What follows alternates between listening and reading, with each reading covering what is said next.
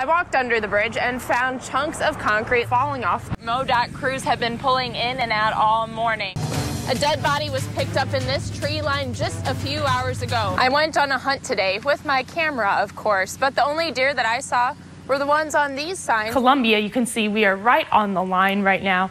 Snow up to our northwest, a lot of rain out towards St. Louis, really. I could even fit half a yardstick through the bottom of the girder or underside of the bridge where concrete broke off. Our friends down to the south have 60-degree temperatures. Don't worry, we'll get there in the next couple days. I made a long-distance call this week to outer space and talked to crew members on board the International Space Station.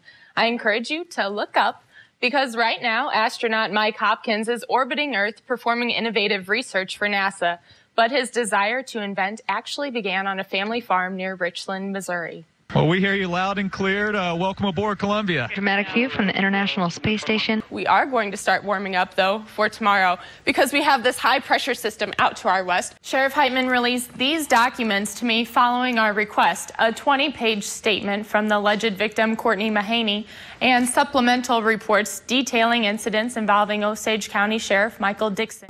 A week ago, two cars collided here at this intersection at Bernadette and Stadium Boulevard. Luckily, no one was injured. And I'm Maddie, Heidenreich. Police confirmed that 3 people were injured in a shooting in the downtown area. Multiple shots were fired near the corner of 10th and Broadway about 12:30 this morning. The downtown area was back to normal this afternoon, but early this morning, the crime scene tape and numerous law enforcement vehicles gave Columbia a look far from normalcy.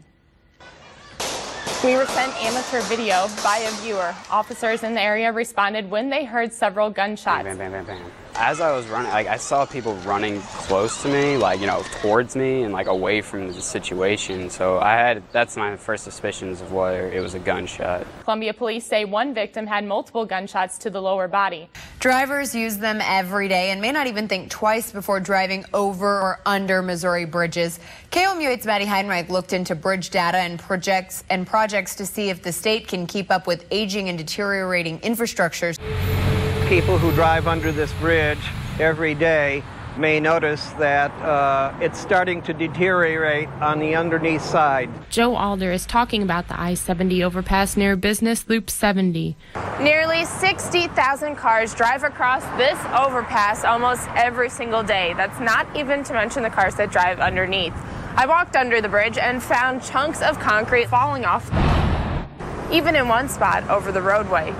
I snapped some pictures of this bridge to show Charles Nemmers, an MU professor who studies the nation's transportation infrastructure, and here's his reaction. When I saw it, certainly it's not comfortable because you saw steel exposed, reinforcing steel exposed in the bottom of a concrete girder. I could even fit half a yardstick through the bottom of the girder or underside of the bridge where concrete broke off. Nemmers took a closer look at that spot and says the concrete on this type of bridge is not meant for strength. Concrete around that steel keeps it so it looks nice and smooth, and it doesn't really have it's significant, but it's not really important for the strength of the bridge. And MoDOT says there really is nothing to worry about. You know, just because you had a large hole or void up in there doesn't mean that that's a bad thing. In this particular instance, that's the way it was designed, that's the way it was built. But Nemmers says the bridge still needs work. I saw that it was gone, if you would, or it had collapsed out and you could stick it a little bit and it would come loose. That's not really good. And so it needs to be fixed. I'm hoping that the MoDOT inspects it on a periodic basis, a frequent basis, just to make sure that no large chunks of concrete would fall off from the underside of the bridge, fall onto a vehicle, a bicyclist or a pedestrian, and potentially kill or injure them. MoDOT's last inspection here was in 2011. This one here is just getting to a point where it served its purpose, and you know, we've got a lot of traffic on it. We're starting to get some deterioration, so we do have it in the program to be replaced. Now we just got to figure out what are we able to put back in there. In fact, the complete replacement of this bridge should take place in 2015 and cost MoDOT about $10 million. Maddie Heidenreich, KOMU 8 News, Columbia.